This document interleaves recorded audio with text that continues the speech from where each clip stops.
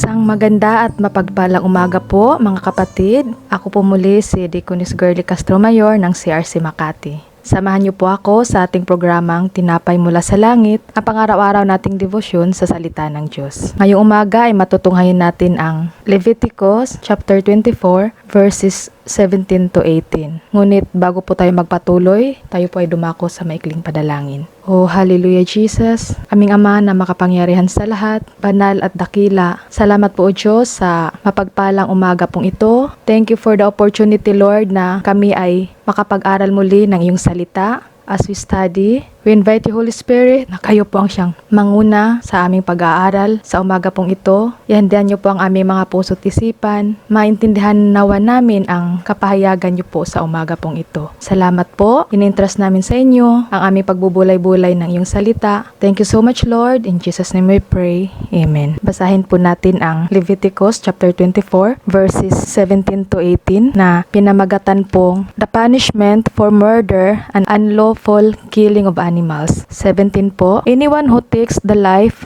of human being is to be put to death. 18, anyone who takes the life of someone's animal must make restitution, life for life. Purihin po ang pagkakabasa ng kanyang salita. These verses speak to God's demand for justice and the prescribed punishment for criminals. Sa pag-aaral po natin dito, ito po ay ang sinasabing karampatang parusa sa makukumit na crime. At principles na binanggit dito were very basic. These were also discussed in Exodus chapter 21 verses 23 to 25 and Deuteronomy chapter 19 verse 21. Sa Exodus 21 verses 23 to 25, sabi po, if there is serious injury, you are to take life for life, eye for eye, tooth for tooth, hand for hand, foot for foot, burn for burn, wound for wound, bruise for bruise. And sa Deuteronomy naman po, chapter 19 verses 21, halos kapareho lang po. You shall not show pity to the guilty one. It shall be life for life, eye for eye, tooth for tooth, hand for hand, foot for foot. Ang binanggit dito is yun pa rin po yung karampatang parusa. Kung siya po ay nakapatay, buhay ang nawala, buhay din po ang ibabalik. Kalakip po nito, may ilang factors po na makikita natin dito. Una po ay ang violence against people deserves punishment. So,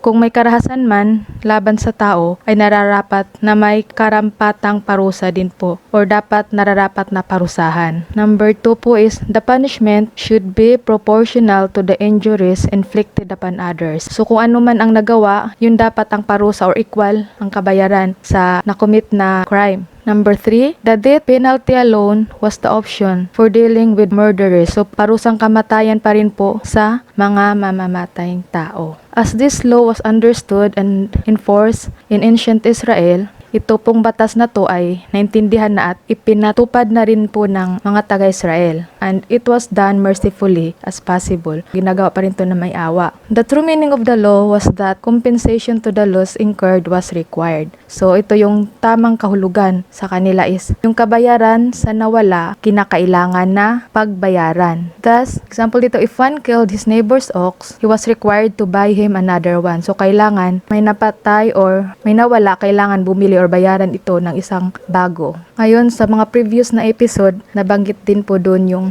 blasphemy against God or yung mga kalapastangan against God. Example po nito ay pagsasalita nakakapinsala sa kanyang pangalan, ibig sabihin sa pangalan ng Diyos, sa kanyang katangian, His government, His revelation, and together with murderer. So binanggit ulit dito yung murder. So blasphemy against God, injuriously or nakakapinsala of His name, attributes, His government, and His revelation, and also with murder is to be punished with death. So, binanggit ulit doon, parusang kamatayan ang ipapataw sa mga nakakagawa or nakakumit ng mga ganong crimes.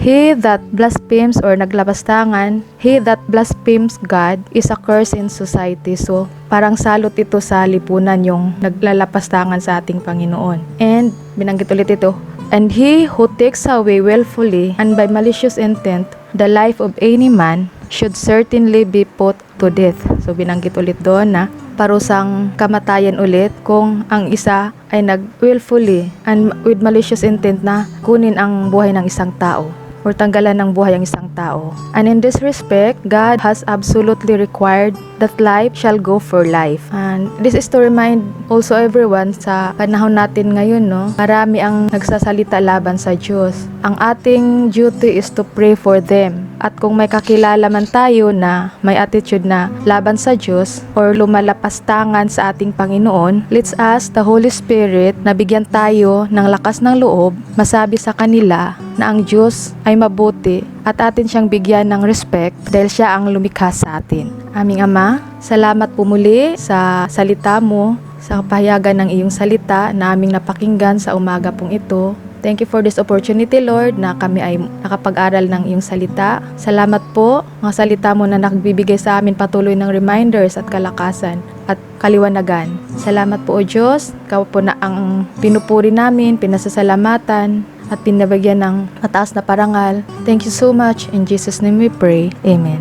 Maraming salamat po sa inyong pakikinig sa ating programa. Lagi po nating pagnilayan ang salita ng Diyos mula sa ating puso dahil lubos ang magiging kaunawaan natin dito. Muli po ninyo kaming samahan bukas pagninilay ng kanyang mga salita dito sa programang Tinapay Mula sa Langit. Malaya po ninyong i-share ang video na ito upang kayo rin ay maging pagpapala sa iba. Pagpalain po tayong lahat ng ating Panginoong Diyos. Magandang umaga and God bless everyone. Praise God. Thank you so much.